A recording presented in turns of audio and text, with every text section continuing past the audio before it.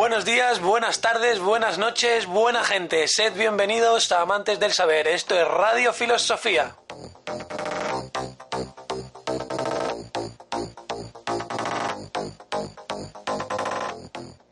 Hemos llegado para traer la filosofía al presente, usándola como compañera de viaje en nuestras vidas. Hablaremos sobre todo y para todos. Somos filosofía. Mira, ya han salido las estrellas. Hola, juega conmigo. No puedo jugar contigo. No estoy domesticado. Pero si me domesticas, nos necesitaremos el uno al otro. Tú serás para mí único en el mundo.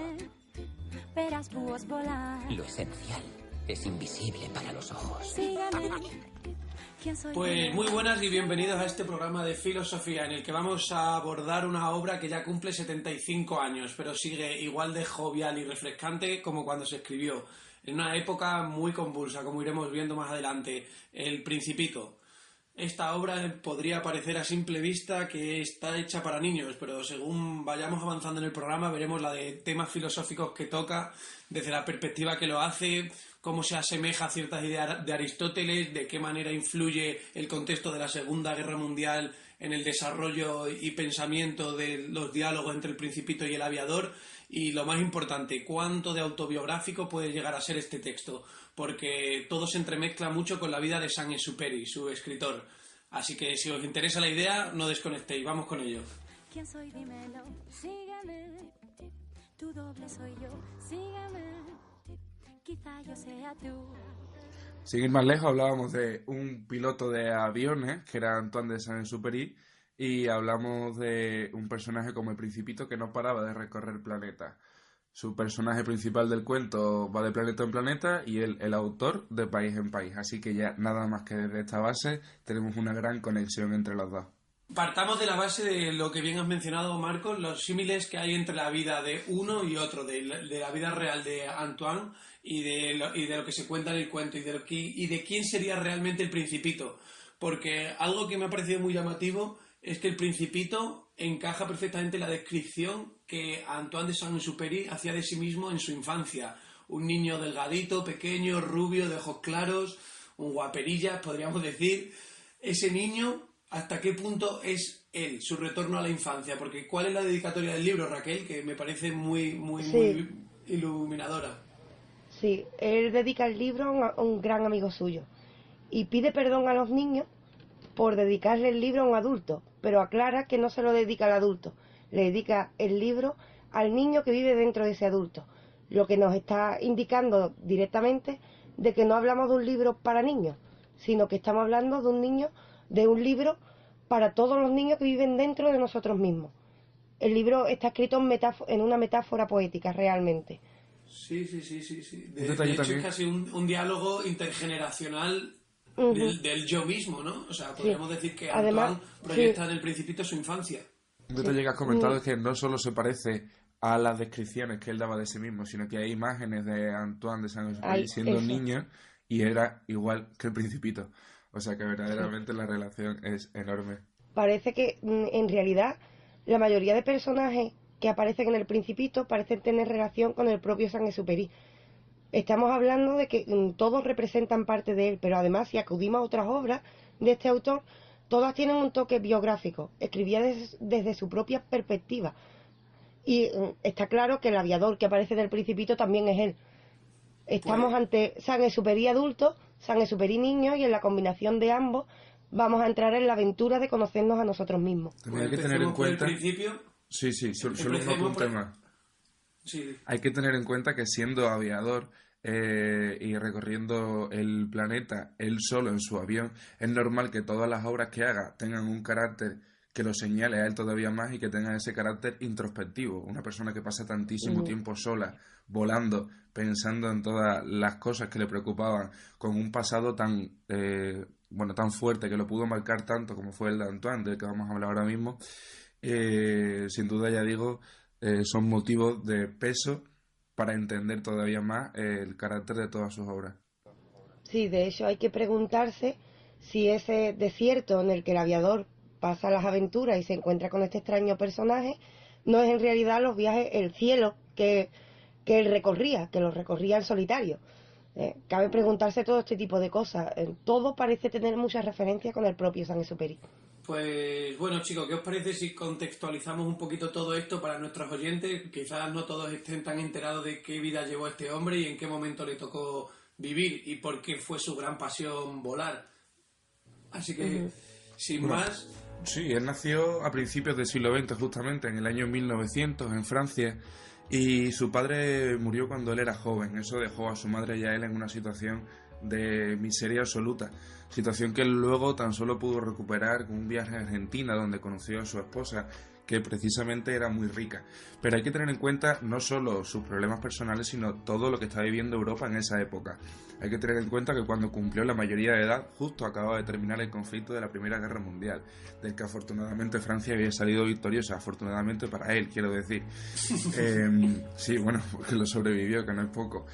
Pero sí hay que tener en cuenta que incluso después de la Primera Guerra Mundial, incluso siendo Francia una potencia vencedora, hubo una gran crisis mundial, una gran depresión, que también le pilló a él en medio, en su época de madurez intelectual.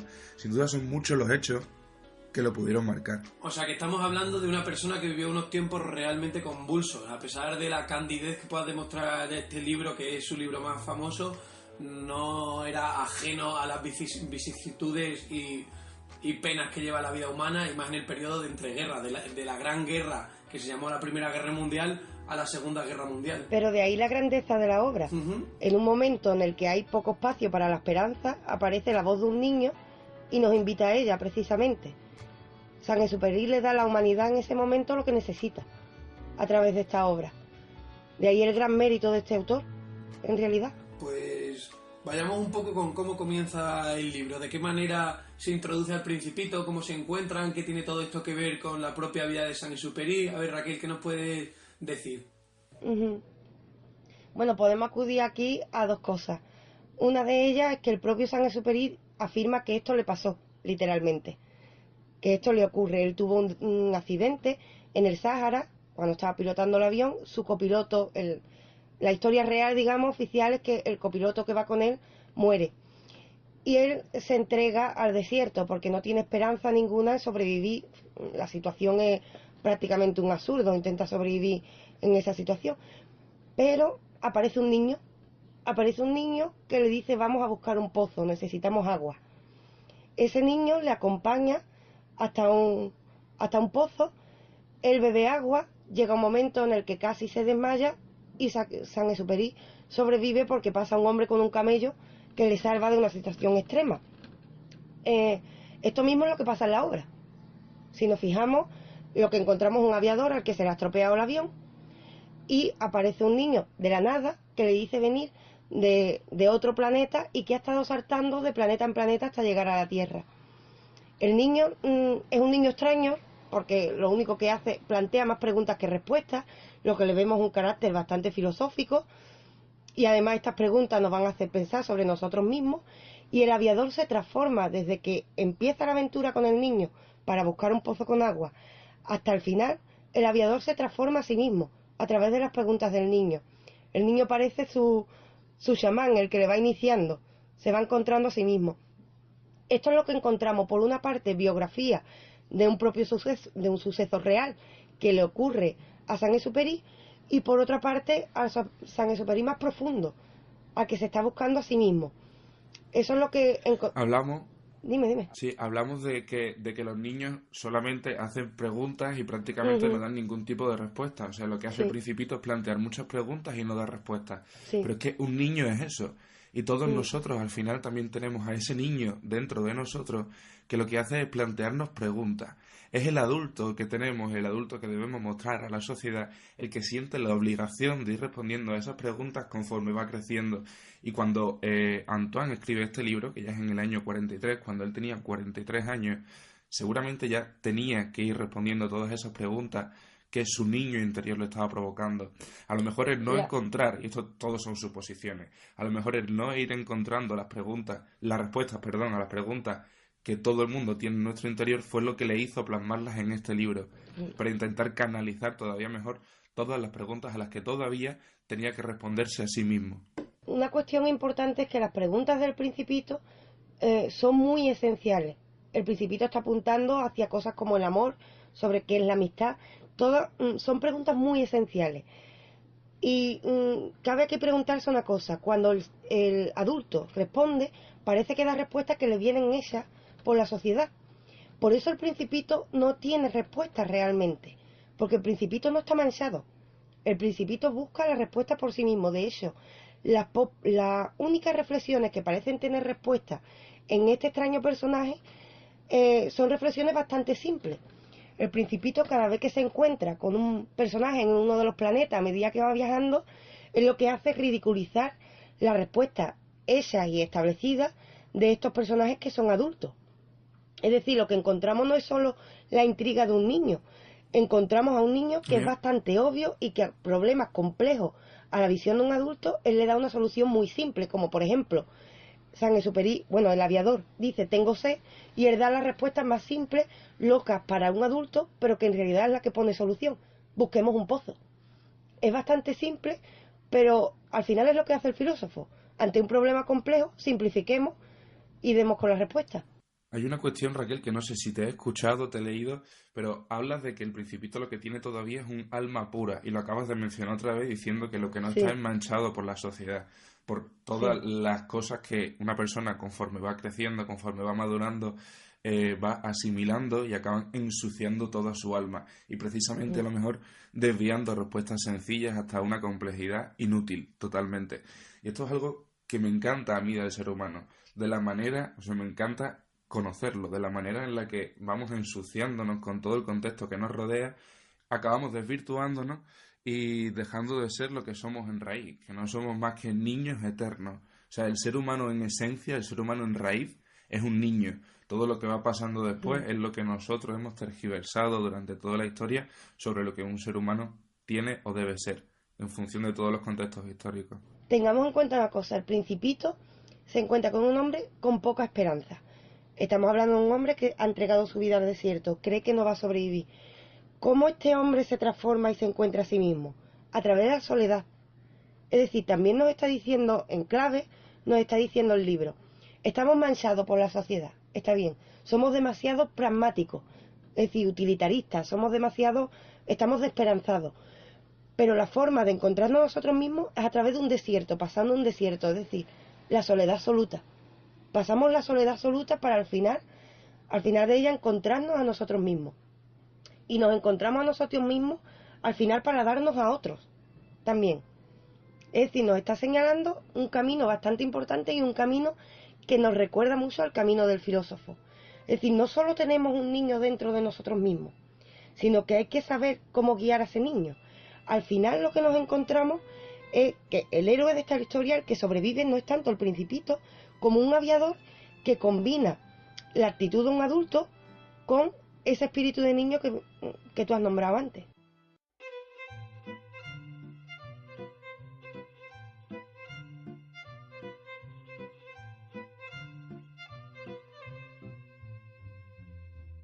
Podríamos resumir esto en que el Principito es un gran filósofo porque le mueve la curiosidad y el asombro, como bien defendía Aristóteles, que es lo que debe motivar cualquier especulación filosófica que realicemos, porque ama las preguntas y pregunta sobre todo sin ningún límite ni vergüenza a quedar como un ignorante, porque su pensamiento simplifica desde la sabiduría y con la humildad y reverencia que se debe tener hacia el saber, simplifica lo que no puede comprender, y porque cada planeta, cada viaje que realiza es una oportunidad nueva para aprender algo que antes no conocía, para observar, para analizar, para tomar distancia del planeta y del que viene, de su florecita y su corderito, y ir dejándose impregnar por lo que ven los otros planetas para sacar una conclusión que ayude a ese aviador a encontrar el agua, ¿no? Sí.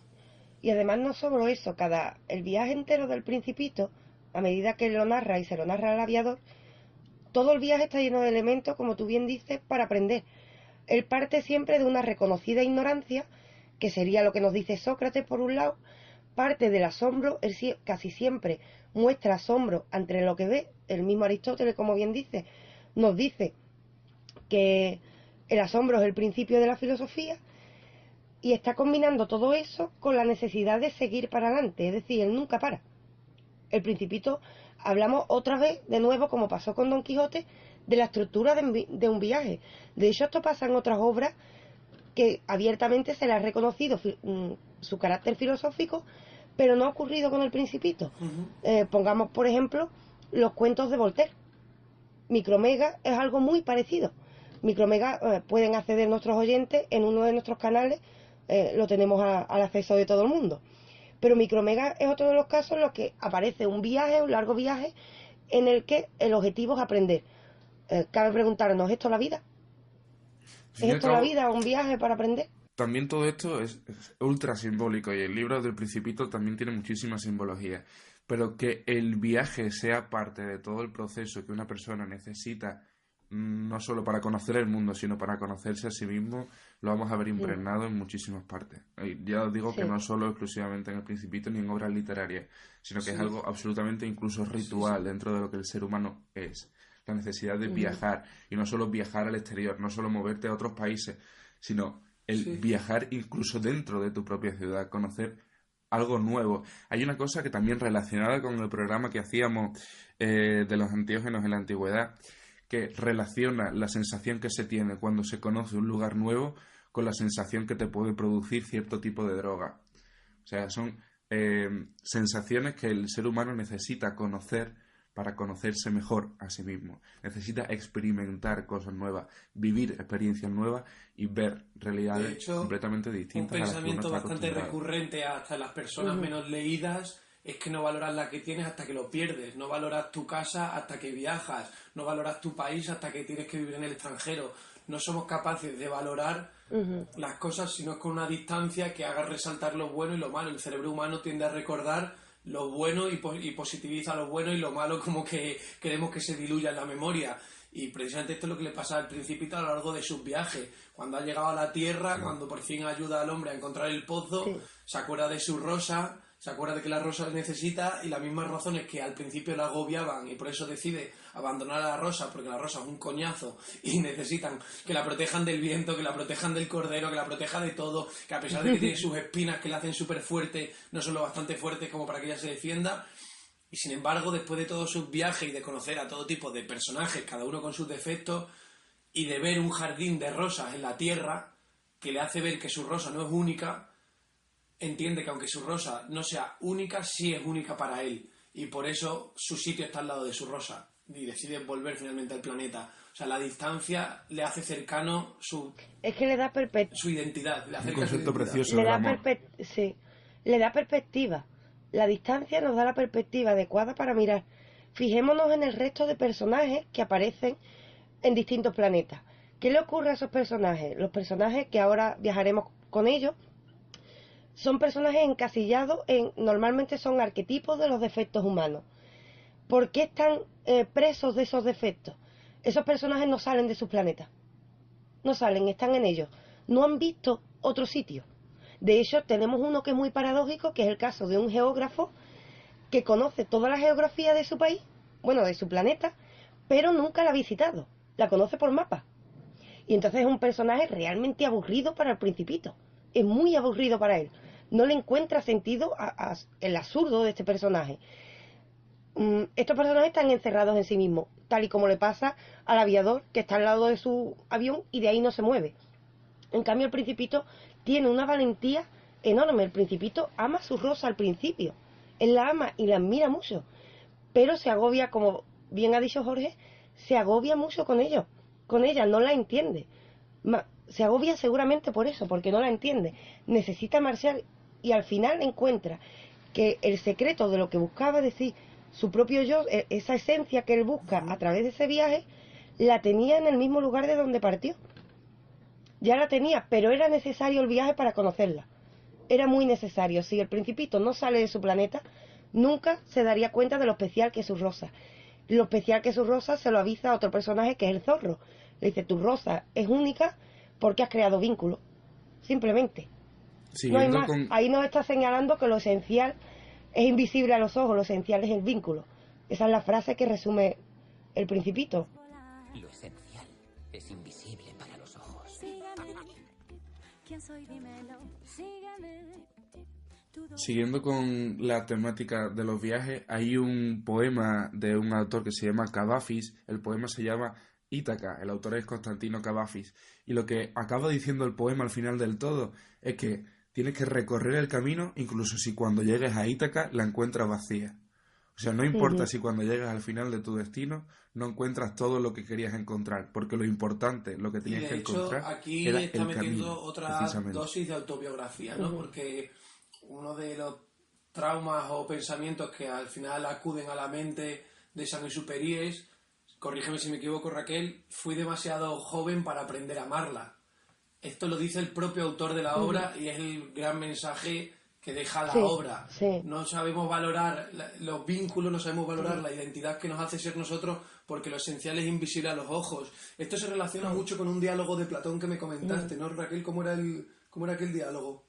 Sí, en el diálogo, el Teteto, en el diálogo platónico del Teteto, algo así, Teteto le pregunta a Sócrates, le dice, bueno, más que preguntarle, le dice, ¿sabes que hay gente que no cree nada más que en lo que se ve? Y Sócrates, como siempre, responde con una pregunta, igual que hace el Principito, y dice, ¿cómo puede haber gente tan absurda?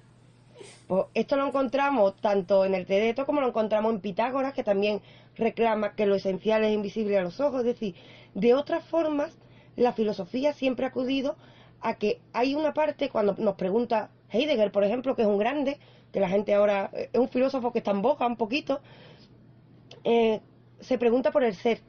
¿Qué es el ser? ¿Qué es el existir?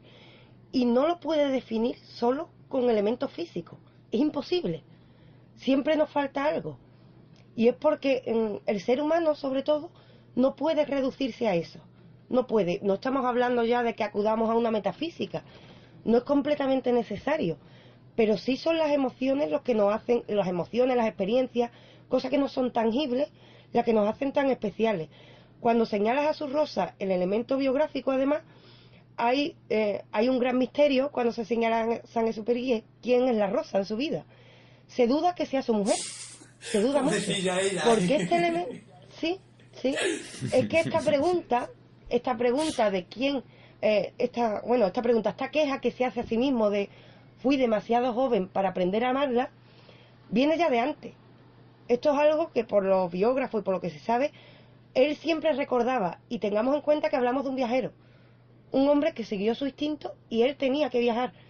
Y menos mal que lo hizo, porque la humanidad se lo agradece hoy. La humanidad se lo agradece. Pero seguramente se dejó una rosa atrás. Se dejó una rosa y... Bueno, seguramente nunca lo sabremos de quién era esa rosa, porque esto viene de antes de conocer a su quién era esposa. la rosa, pero sí sabemos la conclusión que extrae de ella, y es lo que tú has dicho, un poco la ontología de los sentimientos, que lo que no se ve es lo más importante, lo esencial es invisible a los ojos, y es que me encanta la conexión directa que tiene con la filosofía griega todo esto, todo ese pensamiento tan elevado que incluso mencionábamos en el programa de los misterios de Eleusis y de la búsqueda de la trascendencia, aunque sea a través de los enteógenos, a través de un viaje, a través de pegarte una leche enorme con el avión en mitad del Sáhara. Es salir de tu zona de confort para poder revisar quién eres y qué te hace ser quien eres. Pero y además muchos autores en la filosofía han acudido a esto. Muchos autores, aunque parezca sin necesidad incluso de acudir a la metafísica, nos vuelven a recordar, de verdad. De hecho, mira, recordemos un momento cumbre en la filosofía, un momento muy problemático para la disciplina, cuando aparece Darwin. Esto es necesario que lo toquemos un día, muy necesario. Aparece Darwin y nos da la sorpresa y nos humilla, literalmente, diciéndonos que venimos del mono. Es una humillación enorme. Antes éramos hijos de Dios y ahora parece que somos uno más. Nos da una humillación. Nos pone en nuestro sitio, nunca mejor dicho, nos humilla. En nuestro sitio. Y aparece un problema en la filosofía. ¿Cómo defino el hombre? Pues esta pregunta de qué es el ser humano aún no ha sido contestada. Y es porque la biología no es capaz de darle una respuesta. Y si la biología no es capaz de dar una respuesta concluyente a qué es el ser humano, es porque el ser humano es mucho más que algo físico. No necesariamente tenemos que acudir a un alma que viva independientemente de nosotros, pero si hay pensamiento, hay cultura, hay sentimiento. A todo esto señala Saint-Exupéry. Todo esto no se puede acoger en un elemento materialista. De nuevo, tenemos un enfrentamiento en lugar de decir entre un realista Sí, entre y un un realista idealista, y un lo que tenemos es esperanzador. un enfrentamiento entre un aviador que está desesperanzado, realmente. No tiene esperanza y está cogido, claro, está cogido a lo físico, a lo material, es pragmático. Y aparece un niño, como no podía ser de otra forma, o alguien con espíritu de niño, y nos viene a decir, ojo, no te confundas, tú no eres solo el que está al lado del avión, tú tienes la oportunidad de ir a por el agua, es decir, tú puedes crear tu propio destino. Qué bonito eso de lanzar también, o sea, el lanzar las preguntas, la importancia que ha tenido siempre a lo largo de la historia. Yo creo que una de mis preguntas favoritas, que ya viene de un hombre, pero también igualmente puede tener el espíritu de un niño, es Immanuel Kant preguntándose sobre qué era la ilustración, en un momento de suma importancia del movimiento de la ilustración en toda Europa. Curiosamente, precisamente, Immanuel Kant era un tipo que nunca salió de su pueblo, y aún así supo viajar lo suficiente a través de los libros también para conocerse a sí mismo. Supo hacer su propio camino igualmente, renunciando, como decíamos, al viaje del que hablábamos antes, tan necesario de salir de la zona de confort. Salir de su zona de confort, para él, eran los libros. O sea, que tampoco no hace falta ser millonario ni tener muchísimo dinero para recorrer el mundo y salir de todo lo que tienes a tu alrededor, sino basta con querer hacerlo, con querer romper la norma, romper lo que se supone que tienes que hacer durante el resto de tu vida. Sí, de hecho, Sócrates, que es el primero que nos da la orden de conócete a ti mismo, el primero, Sócrates no es un personaje ni rico, todo lo contrario, Sócrates se sabe, además se sabe por la condena que le ponen porque no tiene dinero para pagarla, entre otras cosas, se sabe que murió muy pobre. Sócrates era un alfarero, hablando claro, era un alfarero, no más, pero era el hombre más sabio de Grecia sin necesidad de tanto viaje. ¿Por qué? Porque él no se encierra en las órdenes que le da la sociedad. Este es el viaje. Yo no me encierro, no me encasillo, como le pasa a uno de los personajes que aparece en El Principito, el farolero, si no me equivoco. Sí, Este está se mantiene toda encerrado la obra igual. claro, está encerrado en órdenes y en costumbres. Aquí está la clave, ese es el viaje. El viaje es, me quito los elementos que me pone la sociedad y la vida la llevo por mí Me mismo. la voy a jugar un poquito, pero relacionando con nuestro anterior programa de El Quijote y Don Miguel de Cervantes, relacionando con lo que has dicho tú, Marcos, de los viajes de Kant sin salir de su ciudad, que precisamente podría ser dos posiciones completamente extremas y enfrentadas, la de Miguel de Cervantes y Kant. Cervantes, que para su época viajó desde la corte de Lisboa hasta Marruecos, o sea, hasta Argel, donde estuvo en la cárcel, en Italia, por toda Castilla, o sea, que vio el mundo de primera mano y le hizo reflexionar y escribir la gran obra del planteamiento humano y social que puede ser el Quijote.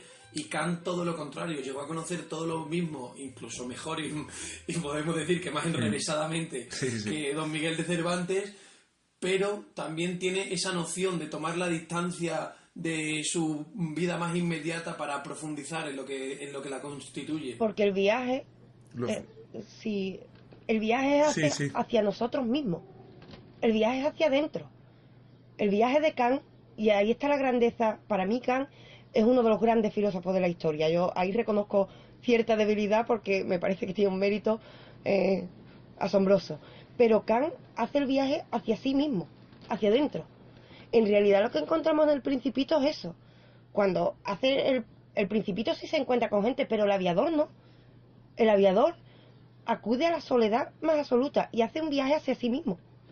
Eso, el aviador cuando empieza el viaje es uno y cuando encuentra el pozo es otro. Pero no se ha encontrado con nadie más que el Principito, que además parece ser su yo de niño. No parece otra cosa. O sea, Sí, Claro. con quien se encuentra es Escucharnos consigo hace mismo, viajar, ¿no? Claro, Al fin y al claro, cabo. el viaje es hacia adentro. La gente tampoco vale de mucho ser un gran viajero y dar muchas vueltas por el mundo si no te paras a apreciar lo sencillo, que eso es lo que señala el Principito. Lo esencial, lo importante suelen ser cosas muy sencillas. Si tú haces muchos viajes en plan turístico para ver las cosas más conocidas, pero no te paras a reflexionar sobre ellas, el viaje no vale de mucho. El viaje importante es el viaje hacia nosotros mismos, la reflexión sobre ese cambio.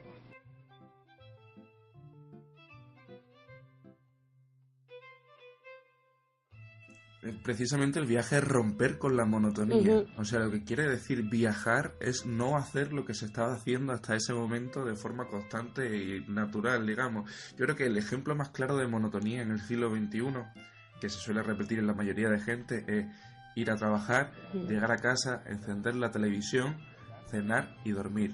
Esa es la clase de monotonía que hablamos que hay que romper, por ejemplo.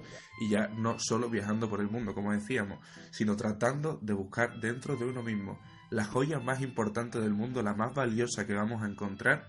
No es ninguna piedra preciosa ni ninguna joya que se pueda comprar en una tienda de lujo. La joya más importante que todos tenemos está dentro de nosotros mismos y es lo que efectivamente nos conforma. Lo que somos está dentro de nosotros mismos y es hacia ahí, hacia donde tenemos que viajar, hacia el centro de la Tierra, que somos nosotros. Sí, de hecho, si miramos al Principito ya tenía lo que buscaba al empezar, pero el viaje es necesario para encontrarlo. Bueno, para encontrarlo no, para apreciarlo. Es decir, el secreto de las personas que quieren salir de esa monotonía, como le pasa al farolero en el cuento El farolero hace siempre lo mismo. Para que los oyentes lo recuerden, todo el tiempo lo que está es dentro de una rutina y hace lo mismo en el programa. Hace lo mismo en su planeta. El Principito se va porque se aburre de eso y ridiculiza ese tipo de actitud que Marco ha señalado. Pero al Creo que mismo todo tiempo, esto que estamos hablando lo podemos relacionar directamente con uno de los personajes del cuento, que es el de la serpiente. Cuéntanos más sobre este la personaje, serpiente Raquel. tiene dos apariciones, pero seguramente son dos apariciones esenciales en la historia. Una es cuando el Principito llega por primera vez a la Tierra.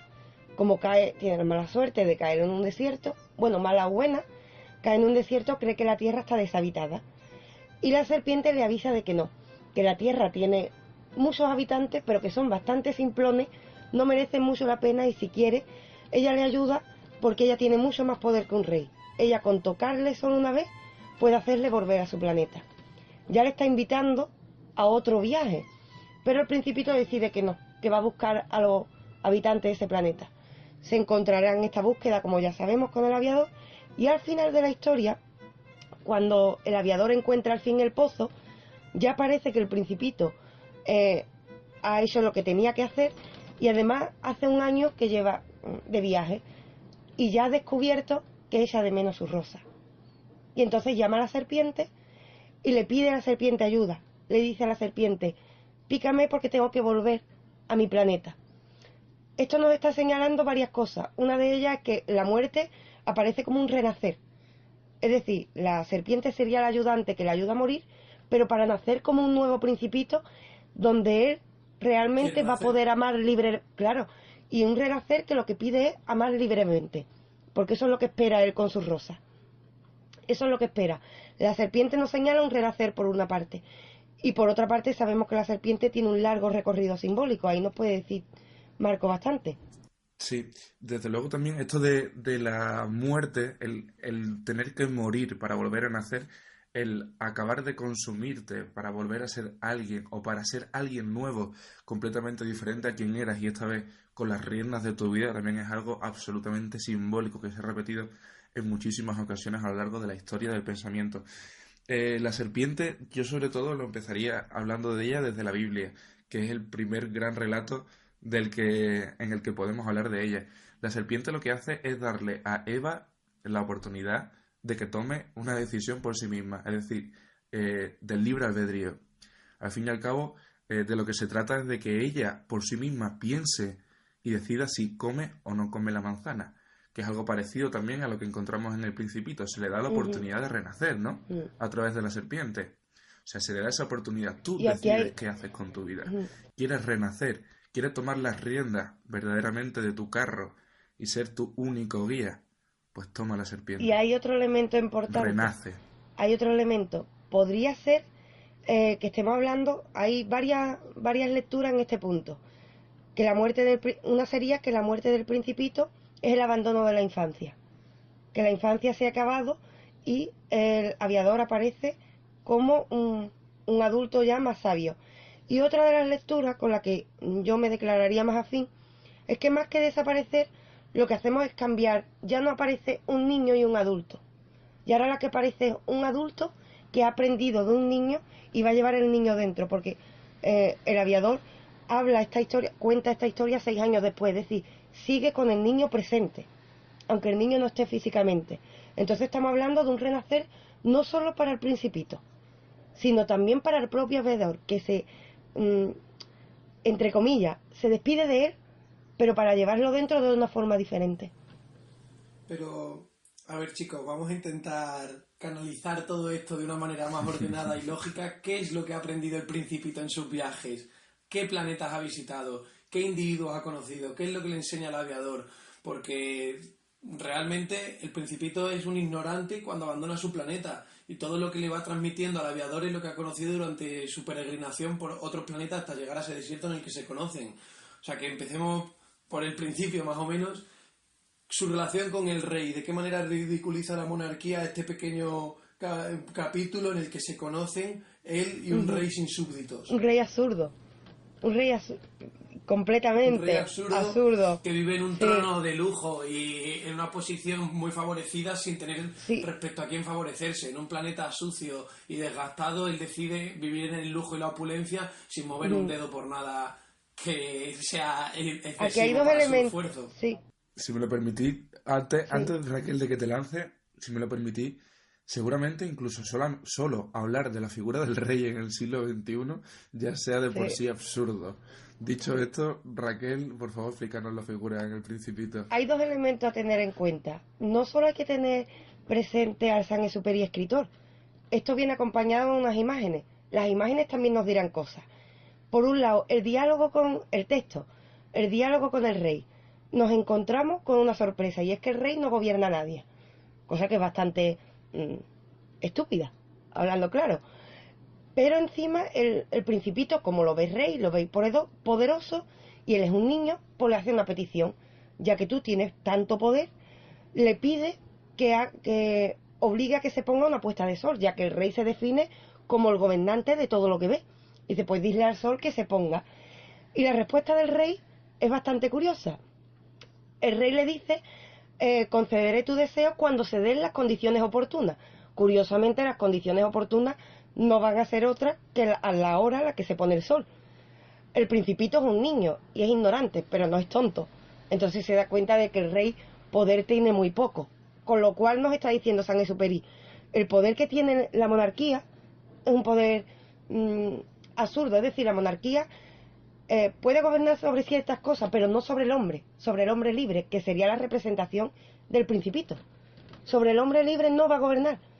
El Principito decide irse por su cuenta y el rey no puede hacer nada para evitarlo.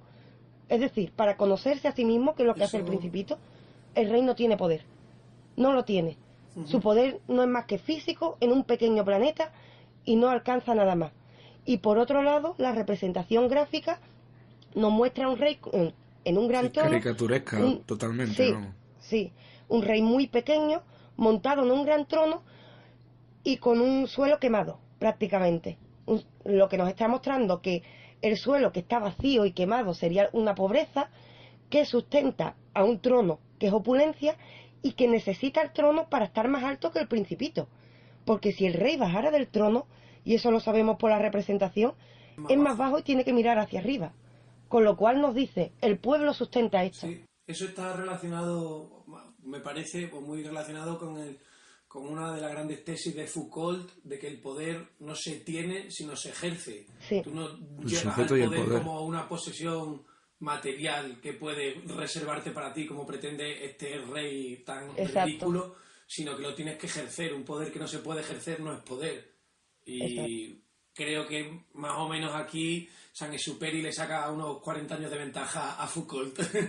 No lo explica tan bien y tan extensamente, pero al menos lo intuye y lo deja muy bien simbolizado en uno de sus dibujos, porque algo que me parece muy bonito de toda esta historia del Principito es que Saint-Exupéry quedó tan impactado por su accidente en el desierto, sus visiones y tal, que estos dibujos los va desarrollando él y los va haciendo él persistentemente. No puede evitar seguir dibujando el Principito. Sí, le pillan en más de una ocasión, antes de escribir el Principito, dibujándolo en servilletas, en comida ilustre.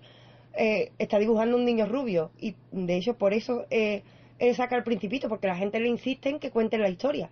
de quién es ese niño rubio. Tenía una obsesión con tenemos muchos dibujos de Saint-Exupéry en ese sentido. De hecho, el dibujo del rey también tiene un elemento gracioso que no aparece en todas las ediciones, porque claro, es un elemento un poco problemático. Parece que el rey en la banda real lleva como unas balas, con lo cual nos señala que el poder de ese rey se sustenta en la violencia que podría ejercer si ataca a su poder. Es decir, no la llega a ejercer en ningún momento, pero tiene las balas ahí. Y también aparece elementos como un billete detrás de él, con una frase que significa algo así como creemos en Dios, y nos está señalando que en realidad ese poder se sustenta en el Dios verdadero de nuestro tiempo, que es el dinero. Exacto. Siempre lo que se intenta también a través de esas representaciones, de que hay alguien que lo que hace es representar a Dios, ya sea también a través de imágenes religiosas, por ejemplo, en este caso en la forma de la monarquía. Siempre se intenta que haya una sola persona que sea quien nos conecte con lo más poderoso de nuestro tiempo, en este caso el dinero. Y en este caso quien nos lo representa a través del libro es el rey, pero es algo que podemos extrapolar perfectamente a la vida cotidiana. Siempre vamos a encontrar a un referente máximo que lo tengamos por encima y que sea quien nos diga de qué manera tenemos que comportarnos para con el dinero, que es algo también bastante típico. Siempre es indudable que siempre es más fácil obedecer que pensar por ti mismo. Y Exacto. así se han movilizado y organizado la mayoría de las poblaciones, por no decir prácticamente todas a lo largo de la humanidad. Sí. Porque... Y diría, y esto es un inciso, pero es una reflexión que tengo, que es el problema de la izquierda respecto a la derecha. La izquierda es mucho más de discutir y debatir, y la derecha es mucho más de acatar y obedecer. Eso fragmenta mucho más el poder, y deberíamos señalar, yo creo, que evolutivamente hace más eficiente a la derecha, porque la derecha no da pie a que se discuta. Obedeces o te quedas fuera. Sí, pero... Mientras que la izquierda tiene un talante mucho más dialogador. La filosofía es dialogante en esencia, el autoritarismo es antifilosófico, porque tiene que dejar fuera todas las ideas que le puedan atacar. Pero es que hay un problema, llevas razón en que la izquierda es más dialogante, pero hay un problema esencial en la falta de avance normalmente de los movimientos de izquierda. Y es que normalmente los debates se cree que debemos ganar un debate. Y en lugar de ganar un debate lo que hay es que avanzar en el debate. Con el Quijote y también. ese, claro, entre tu verdad y la mía está la verdad. claro, O sea, son dos verdades que y ese se es unen. el problema cuando hay personas libres. ¿Libre hasta qué punto? Empiezan a dialogar los elementos de izquierda, por ejemplo, pero no con el objetivo de avanzar, sino nuevamente con el objetivo de ganar el debate. Ese es el fallo, precisamente. Ese es el fallo. Pero aquí hay una esperanza con el Principito, y es que el Principito, a pesar de todo y del poder del rey, puede marchar de ese planeta. Y eso nos da esperanza. ¿Y a dónde va? Tras dejar al rey en su gran trono sin tener a quien mandar, ¿cuál es el siguiente destino del Principito? Bueno, resumiendo, nos encontramos varios personajes. Uno que nos llama mucho la atención también, el farolero, por ejemplo, que lo hemos hablado antes. El farolero... Bueno, el alcohólico. A mí una figura que me llama bastante la atención es la del alcohólico, que está el alcohólico sumergido también dentro de es esa gran buenísimo. red de pescar, que es el mismo también, al fin y al cabo. Sí. Cuéntanos Y la gran sobre el pregunta de ¿por qué bebes? Sí. Pues porque soy alcohólico. Sí, Esa dificultad para romper con la autoconcepción de sí mismo. Hay una frase de Antonio Escotado que me encanta, que es que no sabemos bien qué somos porque lo vamos descubriendo al ser. Y eso es de lo que el alcohólico no se ha dado cuenta. Él no sabe si es alcohólico o no, simplemente sabe que lo está siendo en ese momento. Gran frase. Bueno, también en la figura del alcohólico aparece junto a una duna de arena, que lo que también nos viene a representar es la soledad más absoluta del ser que se encuentra dentro de un problema tan grave como puede ser el alcoholismo, aunque al fin y al cabo todos los personajes que vamos a encontrar son simbólicos. Lo que tiene detrás es un trasfondo al que debemos ver. Seguramente aquí lo que vemos es un ser absolutamente degradado, que es lo que intentaría representar Antoine de Saint-Exupéry a través de este personaje del alcohólico. Igualmente también otro que me llama muchísimo la atención es el hombre de negocios, que tiene algo incluso que ver con el rey, ¿no? Que tiene algo parecido. Cuéntanos un poquito, Raquel. Sí, el hombre de negocios reúne y compra estrellas, y cuando le pregunta por qué compras estrellas, dice para tener más estrellas. Es la oposición entre tener y ser. Eso es lo que encontramos en el hombre de negocios. El hombre de negocios solo habla todo el tiempo de que su objetivo es tener. Y el Principito, como ya va adquiriendo sus más niveles de sabiduría, se da cuenta del absurdo de aquello. Dice, ¿para qué quieres tener más estrellas? Para tener más estrellas. No le encuentra sentido porque el Principito quiere ser. Esta oposición entre tener y ser la encontramos en repetidos autores, entre ellos uno que suele gustar mucho a la gente es Erich Fromm, que recientemente escribió un libro sobre ello. Sí. Esta oposición entre tener y ser es bastante actual. Ahora mismo, si le preguntas a la gente, la gran mayoría le preguntas sus objetivos, y aunque te digan que quieren ser algo, es ser algo en relación con algo utilitarista. Es decir, están buscando la posesión más que la esencia. De hecho, por eso al Principito este personaje no le vale. ¿Podríamos diferenciar entre la gente que quiere ser algo y la gente que quiere tener un estatus? Detentar un estatus, sí, que al final es lo que se busca con la realización laboral, la adquisición de propiedades, es alcanzar un estatus que sí que es una posesión que se puede detentar. Sí, es una de las mejores diferencias que tenemos en el lenguaje, en el español, en el castellano, el diferenciar el ser y el estar. Sí. No es desde luego ni mucho menos lo mismo, y el poder diferenciarlo yo creo que nos hace poder transportarnos mejor, hablando en el español, al mundo de las ideas. Hay una cosa dentro de los viajes que estábamos hablando que no me puedo callar y que no puedo dejar de mencionar, y es que en todos estos viajes el Principito va aprendiendo y aprende a comunicarse con el resto de personajes también por lo que va viendo con anterioridad. Y esto es el viaje en espiral, al fin y al cabo.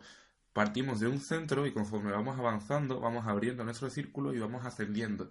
Lo que queda en el centro es contenido por lo que acaba siendo el final del viaje.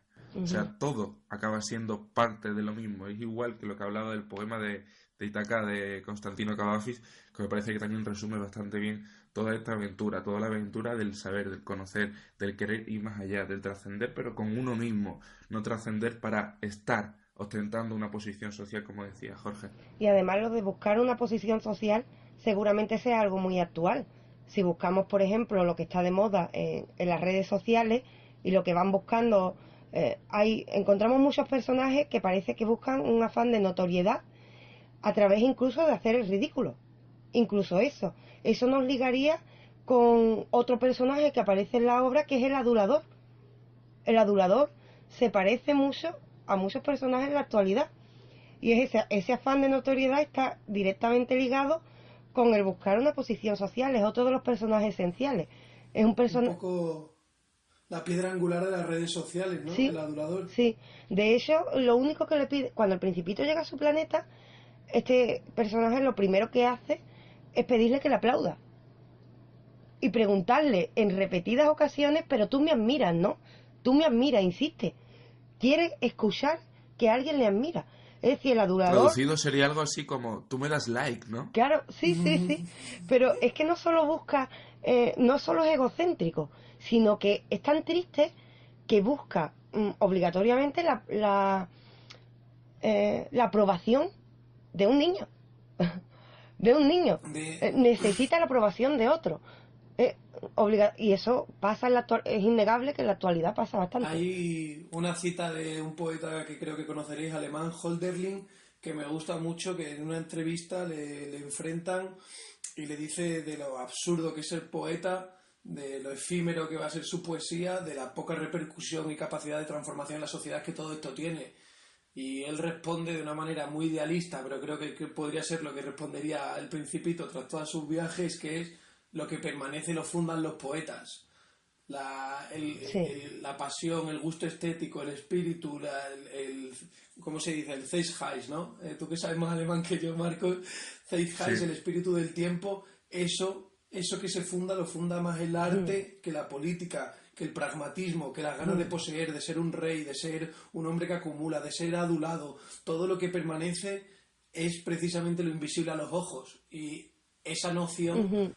Estos personajes a los que se va enfrentando el Principito lo han perdido, sea de una manera o de otra. Creen que lo necesario para sus vidas y para darle un sentido a sus vidas es algo que pueden tocar, algo tangible. Es más, que cabe preguntar si el Principito no es una combinación entre un filósofo y un poeta. Cabe preguntar eso, porque todo lo habla en clave simbólica. Sí, es cierto. Con respecto... Y es cierto que los poetas, un poeta es poeta inevitablemente, eso es algo que señalan muchos autores, María Zambrano es destacada en esto. El poeta no puede evitar ser poeta, es una esencia, porque no busca tener. Ha encontrado su ser y a él se entrega. Hay una frase del cantante René Pérez de Calle 13, actualmente residente, que tiene bastante que ver con esto que estábamos hablando también, de que al ser no se le puede estudiar científicamente, biológicamente, que es que nuestro espíritu no lo pueden ver los microscopios. Esto es lo que nos dice René Pérez. Es absolutamente De cierto, hecho, es que estamos en la misma línea. Sí, esto mismo también es representado por otro personaje más. Hay un geógrafo que es experto en geografía de su planeta, pero nunca ha salido a ver esa geografía. Es decir, le cuenta al Principito que se conoce todas las montañas, pero a través de un mapa. Cuando el Principito le pregunta, ¿has ido a ver esos mapas?, dice que no. Con ello, Saint-Exupéry parece estar ridiculizando el cientificismo, que sería no tanto la ciencia como el confiar excesivamente en unos datos sin vivirlos, sin tener en cuenta la realidad a la que deben amoldarse. Tengamos en cuenta aquí un elemento histórico que acompaña a Saint-Exupéry, el autor. La ciencia da mucho, pero estamos en una época donde cosas como la energía nuclear son casi un juego. La ciencia no tiene en cuenta el contexto y a qué debe servir, que es al sentido humano. No tiene en cuenta eso, va por libre, y eso precisamente es lo que tú señalas. La ciencia tiene un límite, nos da datos, pero no nos da experiencia. La experiencia es algo humano. Entonces un microscopio no nos puede decir qué es el ser. El ser depende de la experiencia. De hecho, ahí está la clave. A mí me parece que uno de los personajes que más se contrapone precisamente al Principito es el geógrafo, porque ha perdido cualquier capacidad de asombro, de inocencia, Sí, de experimentación, de viajar. Él cree que conoce perfectamente su planeta porque lo ha visto en los mapas, sin arriesgarse a conocerlo por sí mismo, sin tener esa capacidad de asombro que todo filósofo necesita. Esto es lo que pone el espíritu del Principito por encima del espíritu de todos estos figurantes que dan sentido al fondo de la historia. El conformismo dinamita la existencia humana. Es sobriedad. Lo que hay que procurar precisamente es embriagarse de conocimiento o de ansias de conocer, de intentar siempre estar abierto a que, como digo, el conocimiento, cualquier aventura nueva, viaje, libro que leamos, podcast que escuchemos, cualquier cosa que nos pueda transportar verdaderamente a otra realidad y querer embriagarnos de ella, que es lo más importante. Querer Eso va todo meternos esto, dentro ¿no? de esa historia. Exacto. sí, precisamente. De eso va todo esto, filosofía, los podcasts, estos tres locos que estáis escuchando, de intentar hacer algo que nos estimule, que nos enriquezca, que nos divierta, pero que sobre todo le dé un significado a nuestro tiempo en la vida, que no sea en balde, que profundicemos en algo más de lo que nos exigen que seamos. Trascender lo que somos físicamente, es decir, trascendernos a nosotros mismos. ¿Quién soy? Dímelo, sígueme. Tu doble soy yo, sígueme. Quizá yo sea tú. Hemos hecho ya un viaje con los personajes principales. Démonos cuenta, aparecen todos estos personajes, aparece un zorro cuando llega a la Tierra, que es su amigo, con lo que nos está señalando la importancia de la amistad. Cuando aparece el zorro, detrás de estos personajes que hemos nombrado, llega a la Tierra y se hace amigo de un zorro, ¿vale? Aquí el Principito cambia, el Principito empieza a crear vínculos. Detrás del zorro aparece lo que ya hemos nombrado antes, el aviador, y al final, ¿qué encuentra? Al final encuentra que el sentido de todo está en lo que ustedes estáis señalando, está en lo intangible, está en el amor. Eso es algo que se repite constantemente en la obra de Saint-Exupéry, que podemos intuir por lo que escribe, aunque no tanto por su vida, que era un pacifista de espíritu, que quería entregarse a los demás. Esto es lo que hace precisamente el Principito. Hemos viajado, ha hecho un retrato caricaturesco y ridículo de la realidad del adulto y nos ha dicho, recuperemos a este niño que además a través de un zorro, a través de la amistad y a través de los sentimientos es como se va acercando al final de su historia, al final, que es un nuevo principio. Un nuevo principio es la vuelta a su planeta de nuevo con su rosa, pero con la experiencia suficiente como para saber apreciar lo que tiene en su planeta. Esto es lo que encontramos. Un poco Nietzsche, ¿no? Eso así tan eterno retorno de tengo que volver con mi rosa, Sí, que es la un única que me poco. entiende y me quiere. Me cago en la leche. El tiempo que he perdido con el rey, con el fanfarrón, con el avaricioso. Bueno, al menos salvó la vida al aviador. Si no llega a ser por él, nos quedamos sin Saint-Exupéry, nos quedamos sin esta bella historia, sin su 75 aniversario, sin tantas cosas maravillosas. Yo creo que de hecho ya podemos ir cerrando hablando de la muerte del mismo autor, que también fue bastante curiosa porque sencillamente desapareció en uno de los viajes de reconocimiento que estaba haciendo ya con las tropas estadounidenses, porque antes estuvo con las fuerzas de liberación francesas, las fuerzas libres francesas. Como decía, sobrevolando, haciendo un viaje de reconocimiento, su avión desapareció en medio del mar. No se volvió a encontrar rastro suyo y hace poco, hace algo más de 15 años si no me equivoco, lo que se encontraron fueron los que se pensaban que eran sus restos, que podían coincidir por la zona en la que se lo había perdido la pista y tal, pero nunca se llegó a confirmar si lo que se encontró era el cadáver de Saint-Exupéry. Aún así está la historia A, que nunca se encontró su cuerpo, o al menos no estamos seguros de que se encontrara. Y hay una historia B, que me parece preciosa, que también, como decimos, está ligada a un personaje enorme, a un mito, que solo un mito puede tener una historia B, o una historia tan profunda como esta, que es que el que lo derribó, el soldado nazi que lo derribó, al ir a comprobar si había matado a ese aviador, comprobó que había matado a Antoine de Saint-Exupéry y que era su autor favorito. Así que se hartó de llorar en ese mismo momento. Como decimos, esta es una historia B, una leyenda absoluta porque se perdió en medio del mar y esa es la realidad. Pero si existen estas historias es porque el personaje, en este caso Antoine Saint-Exupéry, era lo suficientemente potente. Pues yo quiero dar una historia Aquí hay un guiño. Pues yo quiero dar una historia C de que en realidad lo que le pasó a Antoine es que por fin aprendió del error de su juventud, de no me di cuenta de que la rosa perfumaba mi planeta, decidió volver a su planeta y dijo, ay, os quedáis con vuestra guerra mundial. Que no nos explicó dónde estaba en su planeta buscado. Sería precioso. Pues, igual es que no quería que fuéramos a molestarle, pero yo prefiero pensar que él sabía cuál era el camino de vuelta y que nunca lo quiso olvidar. Quedémonos con la opción C. Quizá volvió al planeta B52, del que sale el Principito. También. Pero, y además aquí se da una paradoja. Hemos dicho al principio del programa que la vida de Saint-Exupéry está íntimamente unida constantemente a toda su obra. Pues esto también, su muerte, su desaparición, porque vamos a pensar que no murió y como dice Jorge, me gusta bastante la idea, volvió con su rosa. Vamos a pensar que en una de sus novelas, que además escribe muchos años antes, el protagonista es un aviador y desaparece en el mar, que es justamente lo que a él le pasa, solo a un mito, ¿sabes? Su propia obra le puede convertir en un mito así. Estamos hablando igual, claro, estamos hablando igual que hablamos la semana pasada de Cervantes, de un genio único que seguramente no va a tener competencia durante toda la historia, que además vino a regalarnos esperanza en el momento más oscuro de la historia de la humanidad, seguramente. Sí. Esperanza, inocencia, ilusión, asombro, humanidad, el niño que todos llevamos dentro. Si es que la dedicatoria no puede ser más clara y evidente. Siento dedicarle este libro a un adulto, pero en realidad quiero pensar que se lo dedico al niño que todos debemos llevar dentro. Sí. Volviendo al principio, al alma pura de ese adulto, el alma pura que está contenida dentro del niño que en realidad sigue siendo. Y todo muy contextualizado con el momento en el que lo escribe, porque algo que me parece muy llamativo que tú me comentabas, Raquel, es que la imagen que todo el mundo conoce del Principito, sin entrar tanto en el verdadero significado de este símbolo, es lo de ¿qué ves aquí? ¿Un sombrero? Pues no, es la boa que se ha tragado al elefante. Estamos hablando de la Segunda Guerra Mundial, los nazis han triunfado, se están apoderando de Europa, una minoría agresiva se está comiendo a una mayoría silenciosa. Podría perfectamente el elefante haber pisado la boa, sin embargo se deja comer.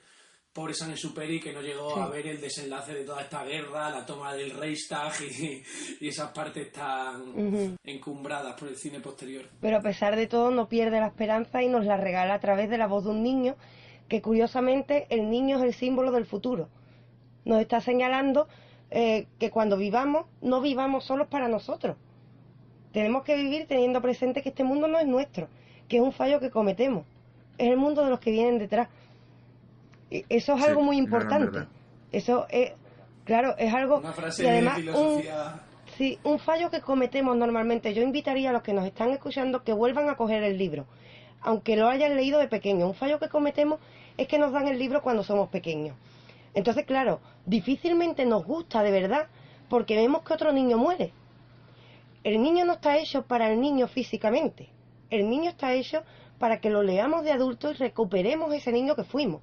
Entonces todos los adultos que nos escuchan, no que se lo lean a sus hijos, sino que vuelvan a coger el Principito y aprendan los errores que nos está enseñando ahí a través de los personajes, que no los cometan, que sean un poco ese aviador, que recuperen a ese niño de cabellos dorados, como le describe, y lo metan dentro de sí mismo. Igual que la semana pasada invitamos a no tener miedo a estar un poco loco, esta semana nos toca invitar a no tener miedo a ser un poco niño. Sígueme, tu doble soy yo. Sígueme, quizá yo sea tú.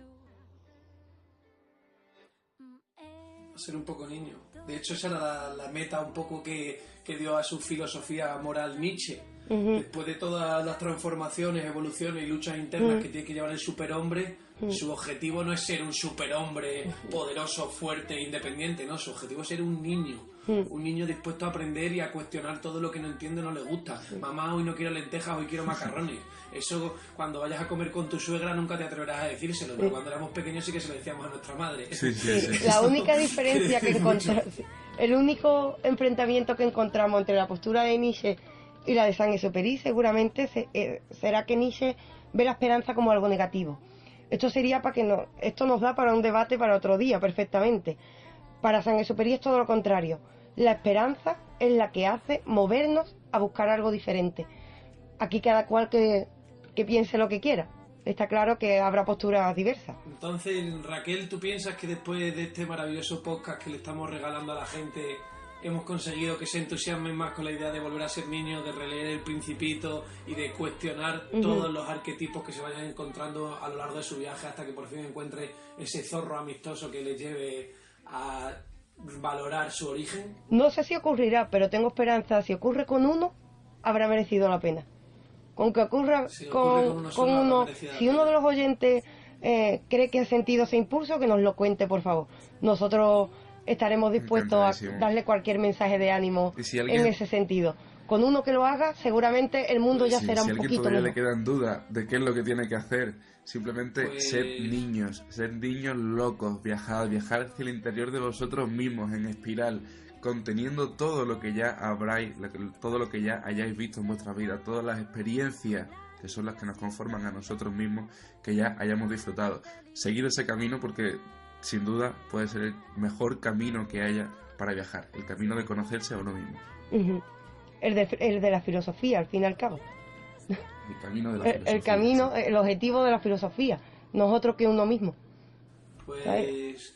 Con estas maravillosas reflexiones que habéis regalado a los oyentes, Marco, Raquel, creo que podríamos ir despidiéndonos, recomendando por supuesto la lectura del Principito a todos los oyentes, pidiéndoles que sugieran, debatan, rebatan, contrasten y opinen sobre las opiniones que aquí hemos vertido, porque por no decir el 80% del programa es de nuestra propia cosecha.